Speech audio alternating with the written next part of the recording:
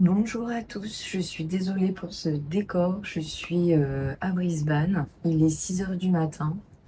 À 5h30, j'ai ouvert les yeux, je me suis dit, oh, t'as oublié de programmer. Donc me voilà pour une nouvelle petite capsule en direct de Brisbane. Aujourd'hui, j'avais envie de parler d'un sujet important. J'ai Audrey, une de mes meilleures copines qui est entrepreneuse aussi, qui a partagé dans une de ses stories récemment. Donc elle, pour vous donner un peu de contexte, elle a écrit un livre. Je vous mets ses réseaux sociaux de toute façon dans la description. Elle a écrit un livre et du coup, ses réseaux sociaux sont autour de la lecture, du mindset, etc. Et il y a plein de surprises qui arrivent. Elle a partagé une citation qui m'a beaucoup marquée et c'est exactement ce que je fais depuis un moment et je peux vous dire que ça fonctionne. La phrase c'était dans la vie, saute dans le vide, le filet apparaîtra. Mais c'est tellement vrai. Je vous jure que c'est vrai. En fait, il faut se lancer quand vous avez un projet, même si vous n'avez pas d'argent. Le fait de commencer à entreprendre des démarches pour votre projet, vous allez voir que les occasions financières vont se présenter à vous. Vous allez avoir d'autres alternatives qui vont venir à vous. Vous allez avoir des opportunités qui vont venir à vous. Mais pas que financières, sur tout ce que vous allez entreprendre. Quand j'ai fait chiffrer l'application en Nouvelle-Calédonie, je crois que c'était en août, un développeur calédonien m'avait dit, écoute Célie, même en 2 ans, pour 24 millions, je te le fais pas. On n'a pas envie de partir dans ça, on n'a pas envie de s'encombrer dans ça. Donc non. Je me suis dit, bon, écoute, là, il faut que je trouve un autre endroit. Parce que si en Calédonie, personne ne peut me développer quelque chose comme ça, il faut que je parte ailleurs. Donc, il faudrait que je parte en France, parce que je parle pas anglais. Enfin, en tout cas, très peu anglais. France, c'est pas le budget. En plus de ça, ça veut dire qu'il faut que je reste longtemps, le temps de faire plusieurs rendez-vous, etc. Et donc, après, j'ai eu l'occasion de partir en Australie. Je me suis dit, bah, tu sais quoi, t'envoies des messages en Australie, et puis on verra ce que ça va donner. Et je suis tombée sur un développeur qui a fait 17 ans d'école française en Argentine. Donc c'est pour vous dire que chaque fois que vous avez un problème, n'y pensez pas vraiment. Continuez à avancer jusqu'à temps que le problème devient un problème qui est juste devant vous. Et là, vous allez forcément trouver une solution pour le résoudre parce qu'il y a toujours des solutions. On pense toujours être dans l'impasse, mais c'est pas vrai. Vous allez toujours survivre à ce que vous êtes en train d'entreprendre et vous allez toujours trouver une solution de dernière minute. Et puis si ça fonctionne pas, ça fonctionne pas. Vous allez avoir été jusqu'au bout de ce que vous avez décidé d'entreprendre. Et c'est pour ça que cette phrase, elle m'a vraiment marquée parce que ça fait, je sais pas moi, au moins 2 ans que je vis comme ça, que je fonce. Et je sais très bien que la vie m'apporte toujours un filet.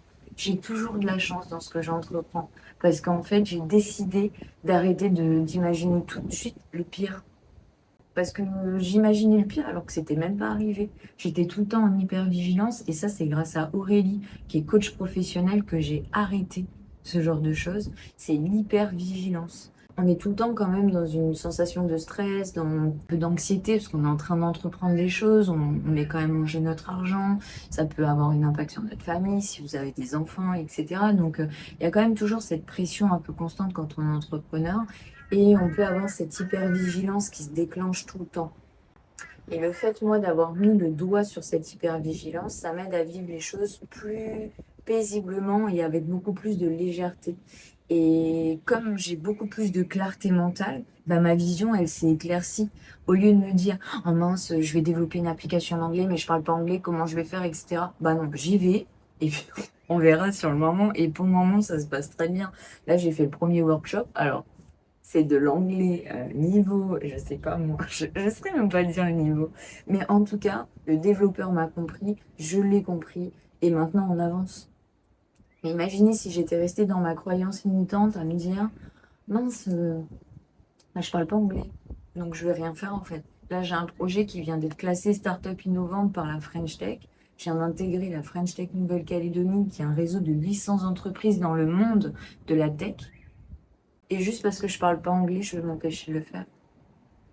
Alors que c'est une opportunité de malade mental pour ma société. Donc il faut arrêter tout ça. Il faut arrêter de se brider parce qu'on a peur de certaines choses, certaines compétences que nous n'avons pas encore. Parce que c'est des compétences qu'on peut débloquer.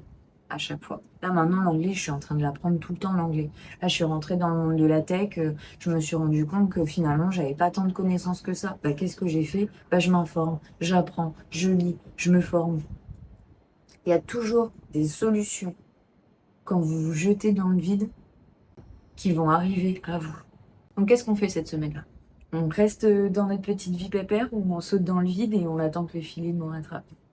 N'hésitez pas à m'envoyer des messages ou à me partager votre expérience. Des fois, juste une petite conversation, ça change tout. Ça peut nous booster sur un nouveau projet, ça peut nous aider à entreprendre. Et cette petite démarche peut littéralement changer notre vie. Moi, jamais j'aurais cru que je serais en train de développer une application qu'on va sortir à l'international.